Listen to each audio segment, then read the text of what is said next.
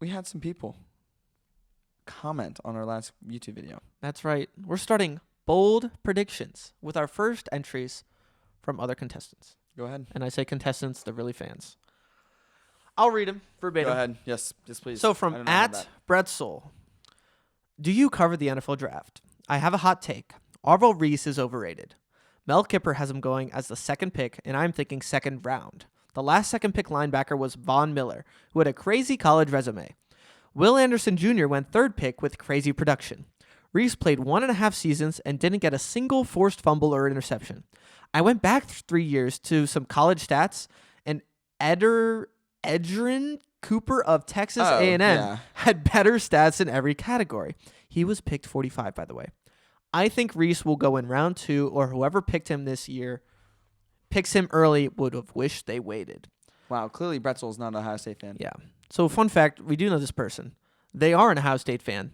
They're putting their bias aside in a radical way to say Arvell That is Reese, radical. does not deserve or is not worthy of being in the first round. So I'll let you talk a bit on this, Josh. What do you think? I'm with the state of the NFL and how consistent everybody's the top tier, right? When you're going to the NFL, you got to be good, but you need to find those gems in it, and you got to find them properly. Now, I'm not saying that he's good enough. I'm not going to say he's good enough or not good enough in that sense. But Arvell Reese's ability and upside is so freaking monstrous. It's hard to teach athleticism. Put it that way. Right. It is so hard to teach athleticism. And he's got it all. Now, whether his brain can comprehend, keep up, or brain make his body do the things that he could do, that he's proven that he could do consistently, sure, that's an argument that you can make. And playing only one season, being behind the best linebackers in the nation last year, right, with Cody Simon, he never really got the chance. So maybe he needed another year to get those interceptions or forced fumbles. But he was a force off the edge for sacks. He was making big plays after big plays, tackles-wise. He was everywhere. Now, he does struggle in the coverage a little bit more. And I can see where now when quarterbacks were throwing at him in his area, it was like an 80% completion rate. It was pretty high. So I can see how that could be a little bit more of a struggle. But the upside is ridiculous on Arvell Reese. So I would agree with you. He's got an insane physical stature. I think what you really just have to look at here is you look at the best defense in college football. Who was that? Arguably Ohio State, based on all the metrics. Defensive Even team? though just defense, best defense in college football last year, based on the metrics and everything. And then you know what? If you need a linebacker, you're going to go to the linebacker on the best defensive team, or at least that's got to be way up there. And he was the best linebacker on the team. Mm-hmm. The thing about defenses is, you can have a lockdown secondary, which is really good. And, you can have lockdown D linemen. They always talk about it. They don't talk about linebackers, but if you've ever played football, which we have, linebackers, they're just as important. They kind of help the more all around. They're not going to shut down someone's passing game completely. They're not going to shut down someone's run game completely. Sure. But what they do is make an incredible all-around defense. And Ohio State was kind of an incredible all-around defense. This is why I've seen a ton of people in their mock drafts not only pick Arvell Reese, they're picking 2 Ohio State linebackers in the first round and about 3 overall. In a lot of them, I think Sonny Styles and Arvell Reese are going in the first round. For sure. So your bold take is basically he's going to go in the second round. So I got to rank this. And considering I'm seeing 2 Ohio State linebackers alone going in every first round, sometimes draft days do weird things. People learn things and weird things happen. Sanders. Yeah, exactly. But I've got to give this. I'm going to give this a 5.5 on the boldness scale that he goes to the second round. I was going to give it a 6. Okay. I think that's insane. So I was looking at through drafting and everything and through the first couple, and obviously the first one is Las Vegas. The Raiders need a quarterback badly. Yeah. So that's going to be Fernando Mendoza. No problem. Of course. The Jets, there's not really another quarterback in this draft that you can really point fingers to and go, you're obviously number 2. Thank you, Dante Moore, for going back to Oregon. Especially if anyone's looking at next year at the quarterback pool, it is looking really tasty for teams, by the way. Right. So Jets are going like next person off board. And it's just, you can make an argument that I would say they have a lot more offensive weapons. They need a little more defense. So you can go Arvell Reese, Sonny Styles. You can make an argument for Reuben Bain Jr. He was an absolute monster of an edge for Miami. Or David Bailey, Texas Tech. He was also a monster. I see a lot of people in comment sections saying that, yes. He was great. I like Alex Rodriguez from Texas Tech, linebacker. He had a great Senior Bowl this last week. Mm-hmm. He was phenomenal. And they were calling, Texas Tech fans were calling him Heisman worthy. Yeah. So he's good too. So I can see why you'd be like, what has Arvell Reese done compared to Alex Rodriguez? I get it. But Reese is so freaking athletic. I know. The dude's just a beast, and a lot of NFL teams kind of salivate at that. As a Bengals fan, that's something we were preyed on last year. We drafted that one dude. Who was it? Not Miles Murphy. His defensive player.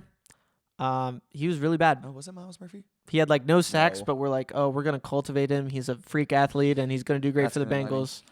And he didn't play all season. You know what he did? Yeah, he stunk. He was bad. He didn't even play. I guess he got hurt. That's another place he's weak. All in all, maybe you shouldn't draft in the NFL just based purely off athleticism. Shamar Stewart. Oh, my gosh. Texas A&M. Dirty taste in my mouth after that. Yeah, gross. But hey, Demetrius Nice was the second-round pick for the Bengals, and he played all year. It's good for him. Wasn't really that good, though. But funny things happen in drafts, so... True. There you go. Boldness rating of 5.75. It'll go down on our spreadsheet. We'll see what happens on draft day. That's our first bold prediction coming up. That's our first bold prediction coming up. We'll be interested. We'll keep note. We'll react to it. We'll see what happens, and I can't wait to see how it plays out. Go ahead. We had another one from another person we know, one of our friends, but thank you. We appreciate that, and he says, by the way, this is relevant. He is a University of Cincinnati fan. Very relevant. Here we go. Hot take. The Brendan Sorsby investment flops for Texas Tech, and Kansas's experienced transfers win them the Big 12, getting a bid to the CFP. What I find interesting about this... double. Yes. So I think it's hard to quantify Sorsby flopping, but I think the bold take's going to be Kansas making not only winning the Big 12 and getting a bid. So I guess this is Kansas is winning the Big 12. Dylan Water got our 230, whatever it is. 9305. If you would like to quantify what Sorsby's flopping would be, we will talk about that. We'll take that. You give us some stats or some metrics, we'll definitely react. When I see this initially, I think of 3.5 teams that win the Big 12, and it's Texas Tech for sure is really up there. And then I think, like I said earlier, Holy War, Utah, or BYU, whoever's winning that is well on their way. So that's 3 teams, and I think Arizona State's because they've done it. They're keeping their coach. They're getting decent transfers and recruitment in. Mm-hmm. Yeah. I think they're kind of in position. I don't really think of Kansas. So I think this is really interesting. What do you think? I actually don't mind it. Oh. I think Texas... Sure, Kansas could win the Big 12. I don't think that's going to happen. Sure, it could, but I don't think it's going to happen. I think Texas Tech actually got a pretty good quarterback at hand. So let's go through the stats real quick. Sure. And just go. We can go. What's happening here? He threw for 27 touchdowns, 2,800 passing yards, and rushed for about 9 more on 580 for 2025. Dual threat instantly. Yeah. And I would say dual threat clearly is the choice for all college football teams. Dual threat's better. You got more options. For all of this, though, in the last 2 seasons, 45 touchdowns and about 12 interceptions. 3.75 touchdowns to 1 interception. Dang good. It's pretty good. Dang good. Especially playing for Satterfield. Pretty good. UC's head coach. Dang good. If you didn't know. And I just, Texas Tech likes to score. They like to throw the ball. They like to move. So I think Brendan Sorsby kind of fits it. Now, is he $5 million worthy? No. No UC quarterback is worth that much. Wow. Not even Desmond Ridder? Legend Desmond Ridder? What a legend. No. Not even Travis Kelce, who was kind of a quarterback. He went in as a quarterback. Crazy.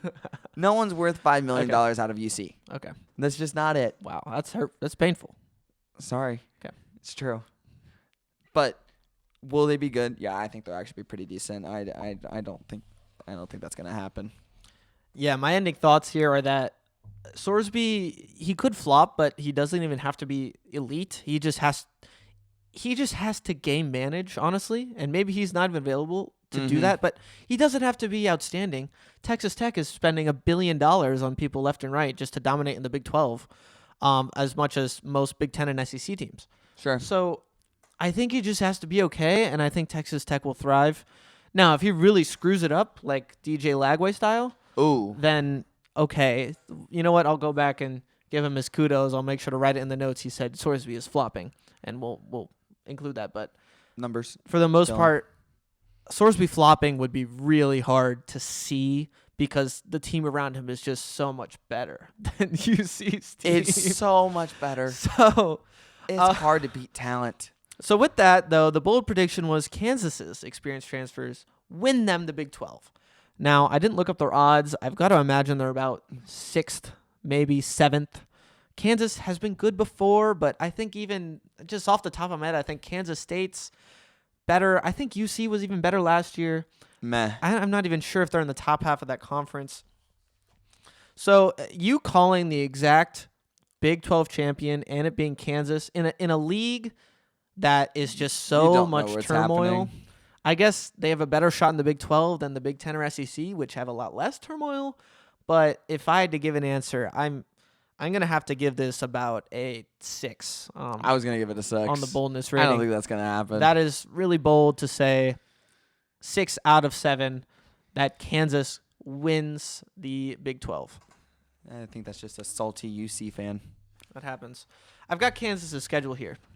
Okay, for funsies. Just take a look real quick For at the end of the funsies. show. They play LIU. Don't even know what that is at home. They play Missouri. That's kind of a really rough out-of-conference game, I'm going to be honest. So that's looking kind of like a loss. And then they play Arizona State. Then they have a bye. They play Middle Tennessee, Utah, at Kansas State in a big rivalry game. Baylor, who's not bad. TCU is not bad. UCF is yet never even that bad. West Virginia has been bad. BYU, Oklahoma State. So unfortunately for Kansas, they're hitting BYU, Baylor, TCU, Utah. They don't hit Texas Tech. I think that's nice. the real thing that's looking up. By the way, their bye week's week 4. Ooh, not super ideal. If they did this, I would be pretty impressed.